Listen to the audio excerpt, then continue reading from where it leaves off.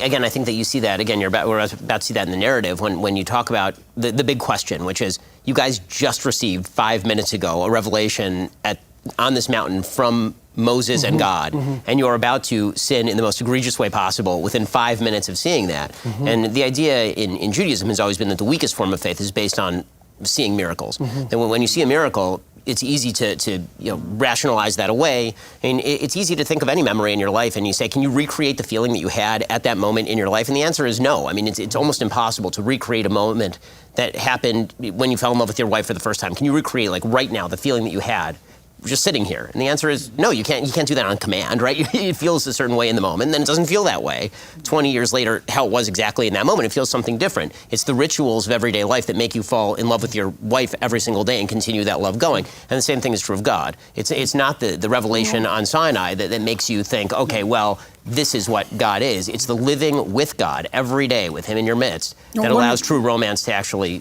bloom. One of the things you do with people in psychotherapy as a behaviorist is you find those things they're afraid of or disgusted by and are avoiding, and then you help them implement a practice of voluntary confrontation, voluntary incremental confrontation. And the practice transforms them. It makes them into someone who's no longer intimidated and retreating in the face of either disgust or paralyzed in the face of disgust or of fear.